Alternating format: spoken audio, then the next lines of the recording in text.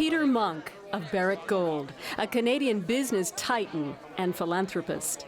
Those accomplishments very public. But on this night, at a book launch, Munk shares a very private story about his beginnings in Hungary and about the man who helped his family escape the Nazis. And how do you thank somebody who not only saved your life, but saved your father's life, your grandfather's life, and 14 members of your family? We are a good family. I mean, we are good citizens. I don't mean, but I mean, that's the tradition I was brought up. Peter Munk was a boy in Budapest before the war. His grandfather, Gabriel, a wealthy, well-connected Jewish businessman. I mean, the Monks were upper middle class, well-to-do Jewish family in Budapest. Budapest was full of Jews, very assimilated. The Austro-Hungarian Empire liked them. But in March 1944, the Germans rolled into Hungary. Desperate Jews lined up to get visas out. Futile. The Munk family was looking for any way to leave when grandfather got wind of a plan for a safe train to a neutral country. A deal being brokered with the Nazis by a man named Rezso Kasztner, himself a Jew. Anna Porter's new book tells Kasztner's dramatic story. He was very, very smart. He was a lawyer, he was a journalist, he was already highly respected in his own community as a kind of a wheeler dealer, somebody who could get between the people in need, Jews in need, and the authorities. At a time when there was a chance to stand up and do something. He was there, and he did what he could. Kasztner was negotiating with Adolf Eichmann, a notorious SS officer who organized the mass deportation of Jews. It was late in the war. Some in the Nazi ranks were ready to deal. Jewish lives for riches and goods. The Monks could well afford to pay. Grandfather had a big, huge safe in his library. He kept Swiss chocolates in there during the war, so that's what I remember. I remember Dad going into the safe and taking the stuff from the safe, which by that time was illegal because Jews were meant to hand in all their foreign currencies. I only later found out that of course was the payment for the Munk family to get entree or get the access to the train. Hungarian Jews were then being rounded up for so-called resettlement. Rezso Kasztner convinced the Germans to divert thousands of them to Austrian labor camps instead of death camps. And then his Jewish rescue committee began to fill a train. Only a few hundred people paid for all the others. Those who could afford to pay, paid for the rest. Like they were Monk. like the Monks. They paid over what the tariff was per person. There were a lot of kids, there were a lot of poor people, there were some refugees from Poland, from Slovakia, Romania. It was a grand leap of faith for a desperate few. A lot of people who actually could have gone on the train didn't. A lot of people who had bought places on the train changed their minds because so many believed that the train was going directly to oblivion, that it was a death train. Peter Munk, then just a teenager, says he was mostly sheltered from the mounting drama in Budapest. When we left to the train, my maid still packed my suitcase. I still took my monogrammed, beautiful leather briefcase. My father still took packed a whole bunch of Turkish cigarettes because he hated the Hungarian cigarettes. But grandfather knew staying put would be a death sentence. He paid for all 14 of the Munk family to board the train. There was all my uncles, all my aunts, and all my cousins. Except for one person. My mother. Yeah, I mean, that's a whole story. I don't want to go into that.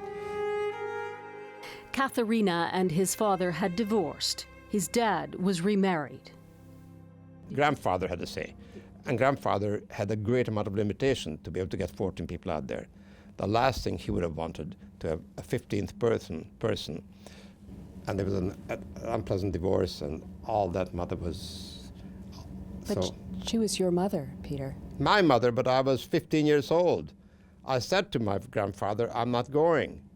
And you're evoking all kinds of memories. I said, I don't want to go. You guys go. I stay and look after my mother. And they've guaranteed me that my mother is perfectly okay. And my mother, of course, was totally on the side of the monks, even though she fought them all the time. The divorce was so acrimonious, and said, Peter, you got to go with the monks. Because mother, being a grown-up, knew that it was the wrong place to be, that I couldn't help her anyway. And of course, mother was taken to Auschwitz a week after. I can't imagine how you must have felt at that point. It was awful. I mean, it was horrendous. 400,000 Hungarian Jews were ultimately shipped to Auschwitz, while 1,685 were saved on Kasztner's train. En route, there was a hitch. Borders closed and the train detoured to Bergen-Belsen, a concentration camp. If Munk's father knew the full horror, he kept it from his son. We saw these poor people, but we were told that they're prisoners. You know, they walked around in these striped things. We had singing lessons, we had milk distributed, we had sausages distributed, we had Hebrew lessons because many people were going to go to Israel, we had language lessons, we smoked our cigarettes. Remarkably, Kasztner's deal with the Germans held, and Switzerland agreed to accept the train. After 7 weeks, it arrived at the Swiss border. The rescued Jews unwrapped their flags inscribed in Hebrew. The Munk family was safe. Grandfather saved his family like no other father or grandfather was able to do. Now, is it totally his credit? No. There must have been 10,000 other Jewish grandfathers with equal wealth, equal power, equal determination, but didn't have Kasztner. Do you ever reflect, Peter, you must, on those who didn't have the power and wealth to save themselves? Of course. But I mean, life is like that. I mean, in a war, people die. You know, I don't want to sound callous, but I mean, it's now a long time ago. And I met refugees in the camp in Switzerland when in my first 6 months, I was in the camp with all the refugees. I mean, I heard stories. I mean, I wouldn't have believed it's possible. Those stories were so horrendously, I mean, they saw their parents being murdered. They saw dogs tearing apart their mother. I mean, my story compared to these people's story was so privileged, and I felt so really guilty. And after the war, Peter Munk emigrated to Canada, and Rezso Kasztner settled in Israel. But as the scars of the Holocaust opened wide, families of murdered Jews began to vilify Kasztner, accusing him of collaborating with the Nazis. The expectation was that they should have fought.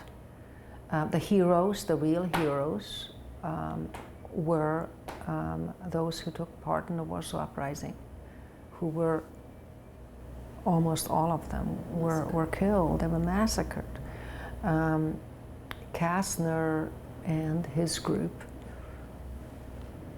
they looked at what the chances were of an uprising and concluded that it was ludicrous, it was not going to work. Kasztner was also condemned for testifying on behalf of SS officer Kurt Becher, his Nazi counterpart in the rescue plans.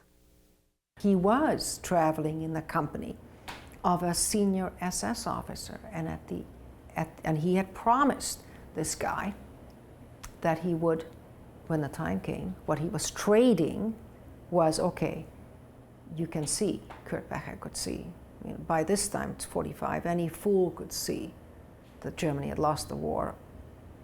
You help me with my people and I will help you when you're going to need it, because you're going to need it. In 1955, a libel trial in Israel laid bare the whole Kasztner story. The judge's final comment: Kasztner had sold his soul to the German Satan. Utter nonsense, utter nonsense, utter total nonsense. He was a hero of probably of the equivalent of a biblical hero. The courage he had, the personal risk is taken, not just of being murdered, but being tortured day in and day out, and he never saved himself. He stayed behind. He was with us in Switzerland. He went back. No Jew in the history of mankind would have gone back to the SS voluntarily. Haunted and hunted, in 1957, Rezso Kasztner was gunned down, sitting in his car in Tel Aviv. Now, 50 years later, Porter's book will no doubt stir up raw feelings. Are you nervous about the response? A little bit, yes. I think there's still a lot of anger and lack of forgiveness. Kasztner saved more people than Schindler. Kasztner helped Schindler financially to keep more people, to try and hire more people in this factory that he had. So, But Kasztner was a Jew. yep, and that I think is really the crux of it. If he'd been a Gentile, he wouldn't have been murdered. Had Kasztner been a non-Jew, there would have been statues erected for Kasztner, not just in Budapest, but also in Tel Aviv. Instead of that, he was humiliated, accused to cooperate with the Nazis, and you could, at that time in Israel, not conceive, let alone actually aim an accusation more damaging to a human being living in Israel after the war than saying that you are a Jew and you cooperated with the Nazis, the mass murderers of your race. Munk, of course, owes everything to Rezso Kasztner, except his mother's fate. She took care of that. What happened to your mother? Survived, one of the oldest survivors ever. She survived Yeah, and Auschwitz. came to Toronto, had a great life, was there when I opened up the the Peter Munk Cardiac Center, and my aunt, I brought him over, got remarried. I brought him here with my own hand. That's equally Mother's wonderful. unbelievable. Hmm? That's equally Why? unbelievable. Why? That she survived? Yeah, she's a tough girl, tough girl. An incredible twist in an unforgettable story for one of the families on Kasztner's train. Susan Ormiston, CBC News, Toronto.